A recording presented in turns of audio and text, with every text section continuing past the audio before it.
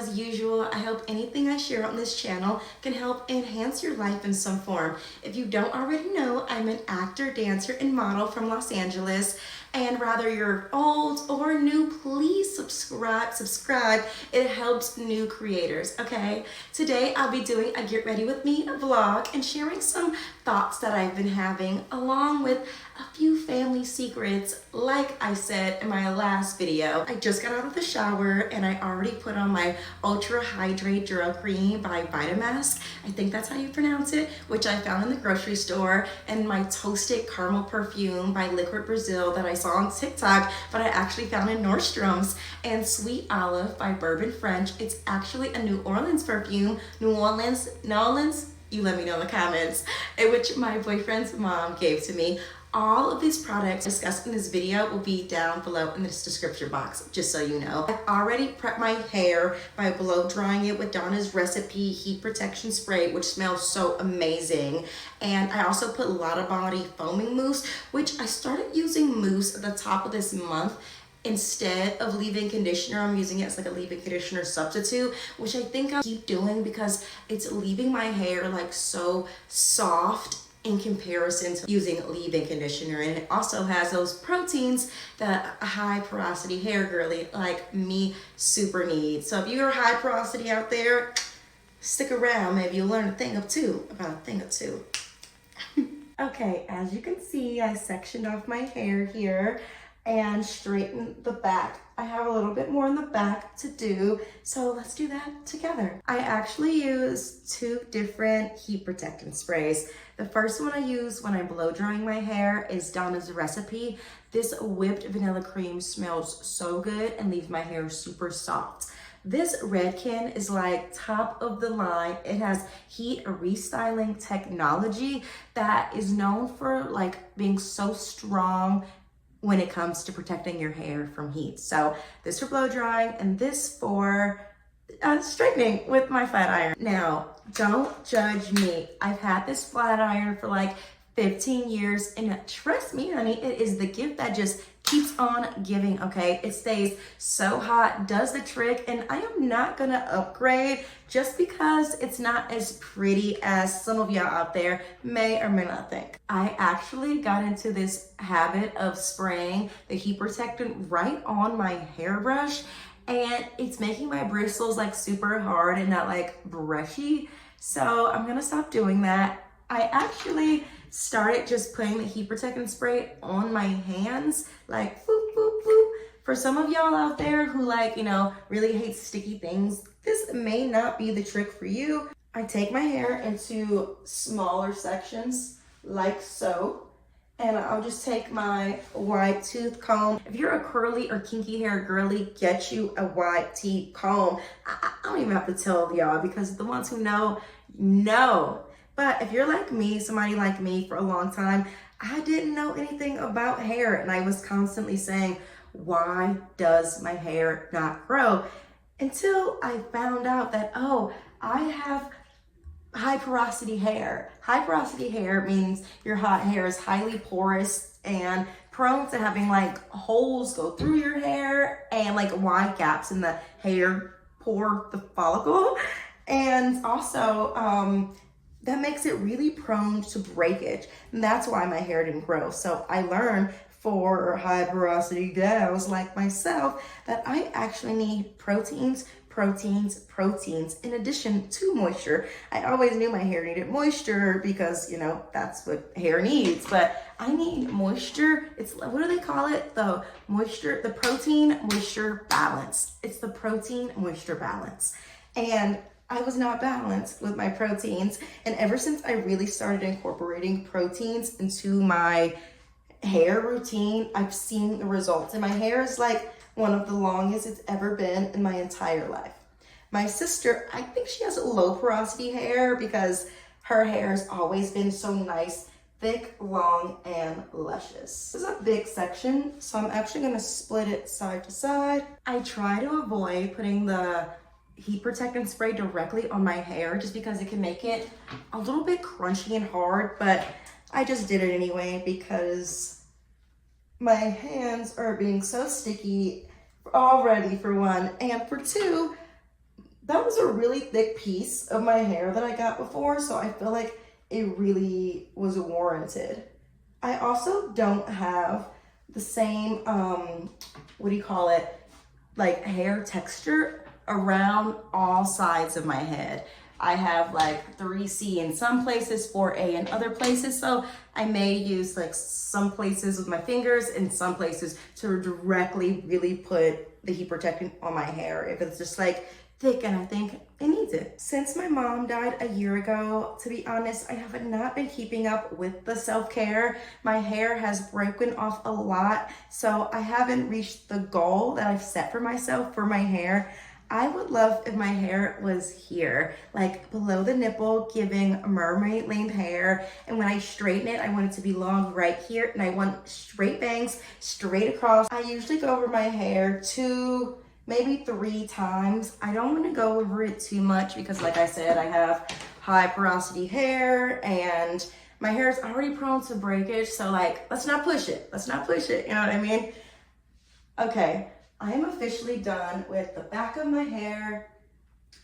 And now I'm moving to the front, top, and sides. Look, we're magically on the side of my head now. But no, speaking of my mom's funeral, this is the family secret I mentioned in my last video. The man I thought was my father my entire life is not my father. What? I literally found this out like February, March, and it is currently freaking July. And let me tell you, I'm barely just stepping out of being in shock. When I tell you I had no idea, I had no idea. There were a few times in my childhood where he mentioned like, oh, I think you may be my daughter, but also this man, I met him like 6, 7 times in my entire life. Granted, he's my half-sister's dad. Well, I guess she's my full sister now. Total mindfuck, you guys. He told me a few times when I was a kid, but I thought it was just like ego, you know, like he was in competition with my dad because he was married to my mom, and then my dad, the guy who raised me, was like the other man. And so I'm thinking like, oh, it's ego and they're fighting and I'm just like the little tool in between the fights. That's where my mindset was when I was a kid. Granted, this was like elementary school and middle school, so I was working with the naivety of a child. But also, why are you telling me this, mister? What are we gonna do, run off in the sunset together and like not tell my father, the man who raised me, where we were going? Like, tell him. But these were like freaking Romeo and Juliet, feuding families, okay? So they were actually like communicating with each other. Little me did go up to my mom a few times and be like, you know, hey mom, he said this. So is he my dad? And she'd like, no, he's not your dad. The guy who raising you is your father. So I would drop it because she would say it in such a way that would just kind of make you feel like you had to drop it when you're a kid, you know? And me not knowing any better and not wanting to rock the boat, not knowing like the gravity of the situation and not wanting to hurt the man who raised me's feelings. But it turns out I should have had a little bit more chutzpah when I was a kid to call out all these adults on their madness, because it wasn't until the funeral last year, he comes up to me saying he wants to do a DNA test, and I'm like, you know what, fuck it. I'm an adult now. I'm not afraid of hurting anybody's feelings. We got nothing to lose. That was last year. Fast forward to this year, and the DNA results reveal you are 99.9% the father. Apparently, it can never say 100% that someone's the father, because that's just like apparently how science works. If it was to be 100%, that you would have had to test like, that would have meant you had to test every man in the world for it to be definitive that it was somebody not closer than this man. The craziest part of this whole thing, everyone that I've told in my family so far is not shocked. What? Like, I'm the one who's most shocked. My dad, meaning the one who raised me, isn't shocked. The new dad isn't shocked. both of my step parents are not shocked. I'm like, what? My stepmom even said, my old stepmom, not the new stepmom. Are you as confused as I am? She basically told me like, oh yeah, I never thought that you were his because you didn't look like him. Both of these men look very similar. They're both tall, brown skin, brown eyes, curly, wavy hair, black men. Like, they don't look too dissimilar. So I'm like, how would one know without doing a DNA test? A part of me wants to like strangle my mother, but she's already in the ground, so can't do that. All I'm left with now is reality and the crap I have to absorb because of my mother's secrets and lies. I'll never understand why she didn't just want to like do a DNA test. It's not as if any of these men are unreasonable where it couldn't happen. If anything, the most unreasonable one in this equation is her, and she's the middleman.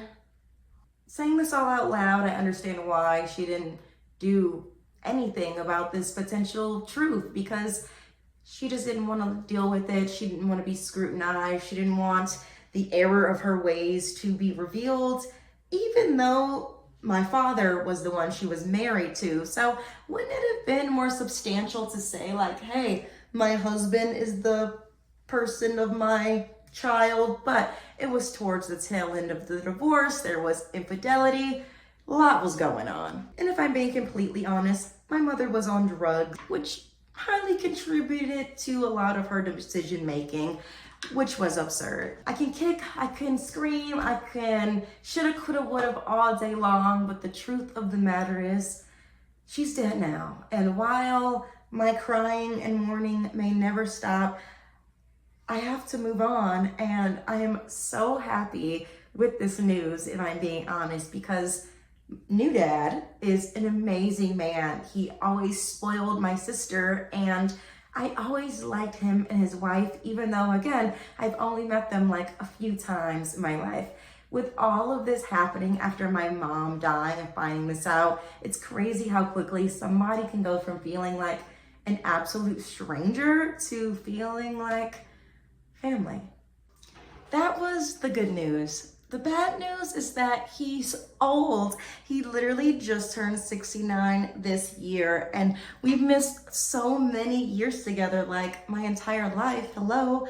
So, update number 2, I am moving to Arizona where he lives.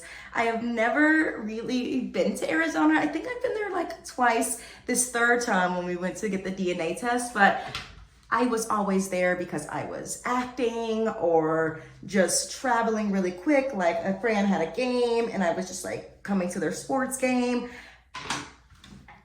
So I never really just like explored the state or even really explored any cities. I've always been in and out. I'm really excited. I'm from Los Angeles originally, but since my mom died, I've been living in Washington with my boyfriend. And now I'm excited to be just 5 hours from LA so I can just keep auditioning and being near other artists and people who are like hungry and ambitious and passionate about telling stories and creating art and working together. I'm really excited to start over and create anew because I'm in a really rural area, and let's just say the demographic frightens me and not exactly people I want to hang out with. If you know what I mean, you know what I mean.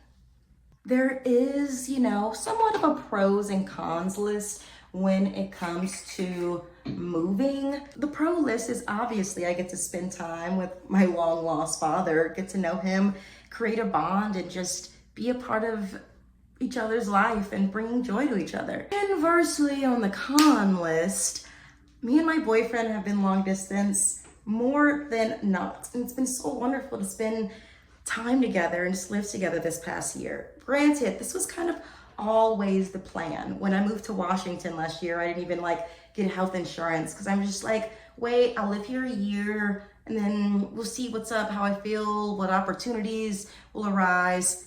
And boy, oh boy, I never thought an opportunity like this would arise where I, one, have a long lost father, but one who wants to support me, be a part of my life, get to know me. And I feel like a kid in a candy store right now. And a part of me, you know, my inner child is just healed because the man who raised me, in a sense, I never felt like he really wanted to be a father. It was something that was burdened or hoisted upon him. But now that I'm not his daughter, he's child free, which is insane. My new dad has 3 kids and my old dad has none. Old dad and I were never really close, so I kind of said a final goodbye to him. I'm sure we'll talk and have conversations again, but to be honest, there's so much freaking healing that relationship required that it's kind of a breath of fresh air to not have to heal through any of that anymore and just kind of realize like, oh, I can move on. Like, you weren't my family anyway. I have found family plus this actual new family that I'm excited. My grandparents are dead, so that's unfortunate. And crazy, I learned that I am the 4th generation removed from enslavement. My great grandmother was born into enslavement. My grandmother was a sharecropper. Then there's my father, and then me, which I guess the 5th generation will be my nephew, which is crazy. We think in terms of time, like these things that happened were so long ago, but like 150 so odd years ago, that wasn't that long ago in the grand scheme of life and generations and the cause and effect of reality. When I move there, I won't have to pay rent, which is so exciting because I'm like, wow, being in a major city where I don't have to pay rent. I was already struggling, but really contributing to my artistic career. And I feel like I'll be able to go like even double with having this family support and not paying rent, plus being in a major city. Like, I'm really excited to spend, you know, more time being diligent over my schedule, spend like 4 hours a day writing my screenwriting stories and working out at least, you know, an hour a day, taking a dance class. As a multidisciplinary artist, like anything in life, I really noticed that that will get you standing apart from the rest of the herd, you know what I mean? Like, and getting things done in an efficient manner. When you write things down, write a list, have everything out you know you want to do in a day. When I was like that, when I was on my list girly, like schedule bag, I was super disciplined, producing things, auditioning all the time. You know, one of the most disciplined people I know was me. And my friends would be like, dang, how do you do this? I'm just like, you know, schedules, the rule of 3, which Erin on Demand on YouTube, I love her. She's really good about the rule of 3. Like, choose 3 main big things you need to do in a day and just focus on those main big tasks. And by the end of your week, the end of your month, the end of the year, you would have gotten so much done. Am I doing that successfully right now? No, but again, I'm 3 weeks into my self-care journey, and I feel really good. I feel like I'm more connected to my skeleton than ever, my skeletal structure, not more than ever, but more than like in the past year since I've been slacking it. And that's really the first step. I am on like a weight loss journey. I've gained like 12 to 15 pounds in the past year since I've basically been living a sedentary lifestyle, laying in bed, boo-hooing, crying so much. Look at me making fun of myself. It's okay to cry, Scorpio. It's okay to feel your feelings. It's kind of weird because it's really the first time in my life that I'm like focusing on losing weight. I've never really had to do that. I'm a yoga teacher, fitness teacher, was doing that full time in LA before my mom died. I'm also always been a professional dancer, like went to dance college or been in a dance company. So like, movement is my life. I've never struggled with my weight. I was been the girl with the handstands and the 6-pack abs. So that is to say, all in all, your gal is humbled, but I'm really just focusing on getting my stamina back. And again, connecting to like my skeletal structure, opening up things that have been stagnant, pop, pop, pop. I'm like, my body's popping like popcorn because like joints are constantly opening up everywhere. My neck and my shoulder have been crazy for the past few months, but they're starting to feel better. I've been incorporating strength work, some like lightweight hit, cardio things, nothing too crazy like 5-pound weights, which I've been loving. I'm not trying to push myself too crazy yet. I really just want to loosen up my psoas, connect my upper body with my lower body and just feel connected. I just want to readapt to my mobility and strength and just my vessel before I start doing these big kinetic movements with my body. Like the jumps will come, the leaps and the turns will come, the handstands will come. But while I'm in this like zone where like I don't have a gig right now, I'm not in anybody's dance company right now, and I'm still in Washington, so I'm not choreographing. I'm in this great like utopia void space where I can just be, can connect. Also, as a Black woman, I know that like we feel so guilty for resting. There's even like a thing called nap ministry. There's like this organization literally dedicated to like reminding Black people to nap. I don't know all of their organization is about, but it's like reclaiming rest for us. Like, oh, it's okay to rest. Like Black women, we have some of the highest rates of autoimmune diseases in the country. And I think that's because and not just I think, this is backed by research. Go do your own research, go look it up. But it's because we're known to like stifle and hold in all of these stresses from the racism and the sexism. And like, we're getting it from all sides as Black women specifically. So for myself, I'm like, I can be so hyper independent. Do this, raise your station, elevate, like work. You gotta work, bitch. If you want this, that, you want that ass, you gotta work, right? But there's balance, yin and yang. Like there has to be a time where we have like radical rest with the radical discipline. And I haven't always had that good balance for myself, but I'm finding it. I think in the past I was more on the like, go hard side of things. And now I'm in the like rest phase of things. And I'm really trying to desperately unify the two.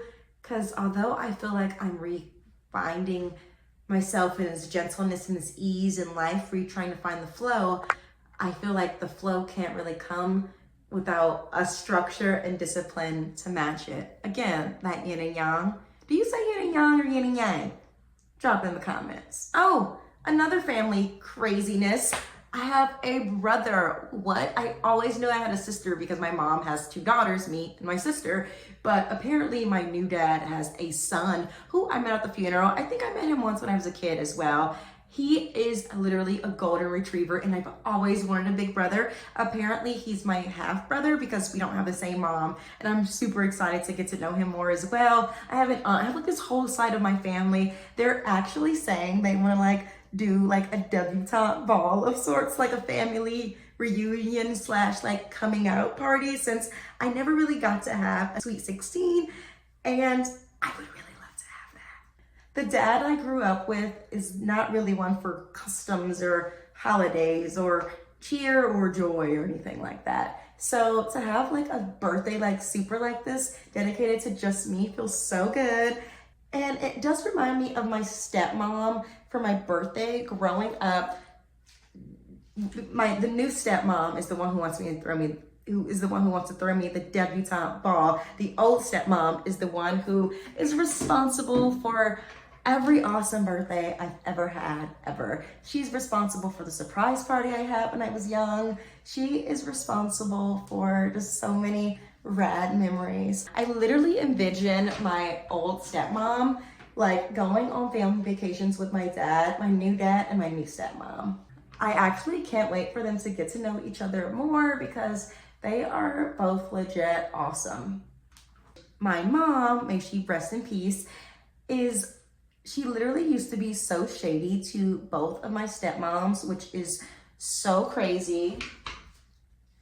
And even like through the eyes of a child, I saw that like my mom was always the aggressor in the situation, always like starting stuff, and both stepmoms would be like so gracious and tell her like, you know, girl, get on with that. Like, I ain't trying to start a fight with you. And just like what my child eyes perceived when I was little, my stepmom basically told me the exact same thing after the funeral. Like, hey, I never wanted any beef with your mother, but this is just what it was and this is how she is. And I'm like, you don't even have to tell me. Like, I know, I saw, I witnessed, and you've never been anything but sweet to me and my sister since I've known you.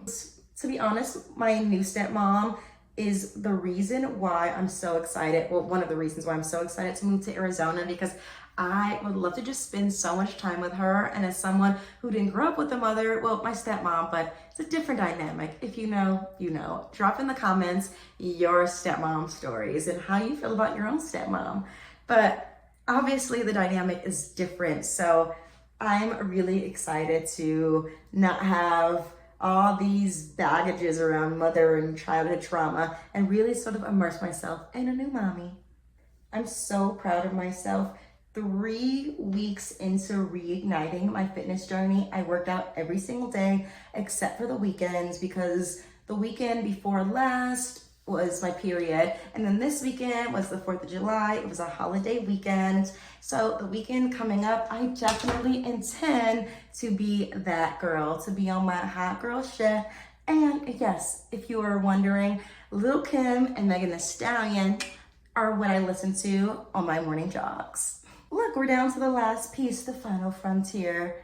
Do you guys watch Love Island? If so, I'm gonna be reviewing the entirety of season 8 on my podcast, which also you can find here, the video version of my podcast right here on YouTube. My YouTube channel is very versatile. I even have yoga classes on here as well. If you don't already know, I post them very far and few between. Again, your girl's trying to cultivate discipline over here, so stay tuned for even more videos. Hopefully this is the year where I lock in. If you haven't already, please like and subscribe. I hope you enjoyed me sharing all of my family tea. If you have any crazy stories like mine, please share in the comments. I'll be talking more about this journey of finding your long lost father, and of course my fitness journey as well.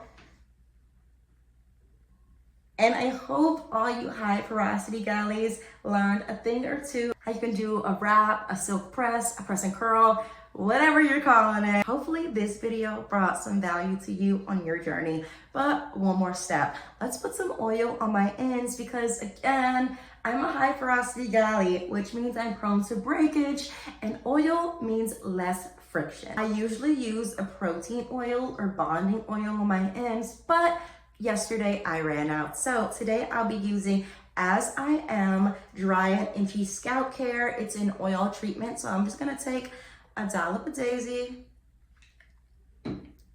just like that much. My hands are a little yellow because I did mix some turmeric powder into my deep conditioner yesterday. So, you know, I won't recommend that because I don't be measuring my concoctions.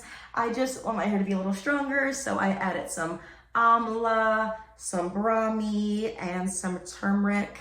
I didn't do chebe powder. These are all like properties that are known to like strengthen your hair. I think I put a little bit moranja. I forgot how to pronounce it, to be honest. It's not a word that I say often. Now for my favorite part. First of all, speaking of part, let's get that straight. What do we think? Not straight? Let's clean that up. Okay, that looks good to me. So my favorite part is coming in and cleaning up the ends, right? So we're styled, but let's like touch up and make it perfection. Have some little curlicues here. It's kind of hard because they're like my baby hairs and they're oh so tiny. By the way, this like a wolf spider bit me in my sleep. I have like these big splotches like all over from like a month ago when we finally found this spider. It was, I kid you not, this huge. I'm like, what could possibly bite me that produced marks that big? It was the huge wolf spider. I think I must have rolled on it. Actually, maybe it rolled on me because it was my bed in the middle of the night. And anyway, we've released it into the wild. Don't worry, the spider lived to see another day. And this is an injury from another crazy mom story. Maybe I'll tell that next time. If you want to know, leave it in the comments. Usually with my baby hairs, I just take like a section that's over here. I'm like all sideways. And I brush that hair away. I brush this hair out. I'm gonna put just a little bit more heat protectant on my edges because, you know, just in case it didn't get any there before. Better be safe than sorry. I really love this heat protectant, but I feel like it does make my hair a little bit stiff, which is why I'm doing this at night. After this, I'm gonna wrap it up, and in the morning, it'll be so soft and dainty, darling. So yeah, that's just smooths out my edges a little bit more. Then I'm gonna go on up, moving on up. Then I'm just gonna move on up to the east side here and pull this top part of the baby hair situation. It also doesn't help that it's super hot in here and my scalp's maybe sweating a little bit. But you know, at night that doesn't really matter if you got some scalp sweat situation going on because your hair is gonna be wrapped, right? There we go. Sometimes I forget to wrap my hair at night, or sometimes I remember, but I'm lazy to do it. And I always regret it the next morning because like it just produces split ends for me and breakage. Like when I tell you my hair is temperamental, honey, it's temperamental. But luckily I am at a stage in my hair journey where it mostly listens to me, it's trained, it does what I tell it to do. I usually just rock two hairstyles anyway. I either wear my hair straight with the part down the middle, or I'm wearing it curly with the part down the middle. I may switch it up occasionally here and there, but just because I'm on my length retention journey, I'm really not trying to have my hands in it too much or do any crazy complicated hairstyles. I really do want to get my locks back in, or even try a weave one day. But the reason I am not going to get a weave soon, even though I did buy one online, clock it, is because I still want to work on the like integrity of my hair, strengthening it more, just like the elasticity of it and all that. Just like really focus on the like structure of my hair before I put any weight into it. Also, I read online, if you are a high porosity hair girly, it's great to do like lighter weight weaves and wefts and anything that just pulls on the hair. I usually do faux locks, which I'm really excited about, but I've been playing with my look a little bit.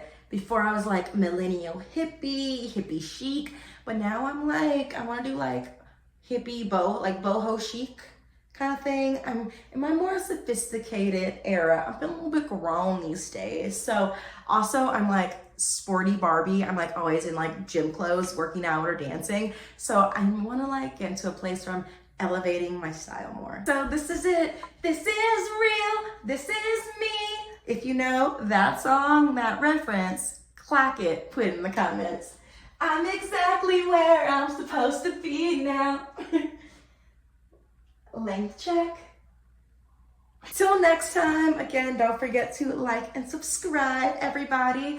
And don't forget to drink a lot of water and smile at a stranger or two. These are crazy times and we need community. Till next time, ciao.